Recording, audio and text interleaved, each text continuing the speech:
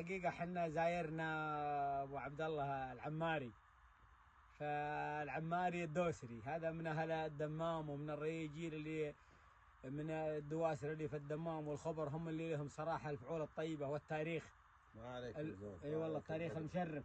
وكلمة الحق تقال يا أبو عبد الله، يوم أن الملك عبد العزيز الله يرحمه ويبقي عياله بيحرر الحسن من الأتراك، أول ما استفزع فيه الدواسر، والتاريخ يشهد بدون قصور في باقي القبائل، لكن أكثر اللي في الشرقية واللي كان الدواسر وفزعوا. حتى من ضمن قصيدة تلي يوم صار فيه انتخابات في الدمام، انتخابات في الغرفة التجارية، صحيح، وأنت منهم بعد يا أبو عبد الله. فحقيقة فازوا الدواسر فوز ساحق أكثر من 15,000 على اللي غيرهم. خليفة بن أحمد. نعم خليفة بن أحمد الدوسري.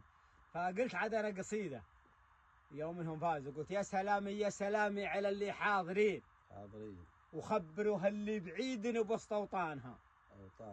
يا سلامي يا سلامي على اللي حاضرين وخبروا اللي بعيد وبسط أوطانها، عاشوا واللي كسبوا أصوات كل الناخبين والثقة منهم وفيهم وفي جدانها. عاشوا واللي كسبوا أصوات كل الناخبين والثقة منهم وفيهم وفي جدانها.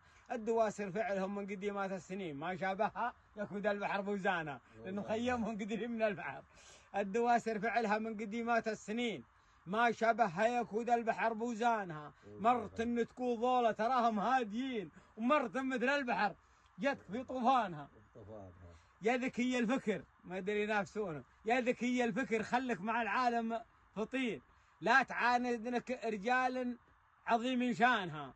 اسأل الاتراك عنهم ترجمة الرطين، يوم جاها بلحسة وذبحوا ربانها. يوم اخو نوره يقول افزعوا يا مسلمين، ثم جتك عيال زايد وفي فرسانها. خلوا الاتراك قتلى والاخرى هاربين، من فعول عيال زايد حضر شيطانها.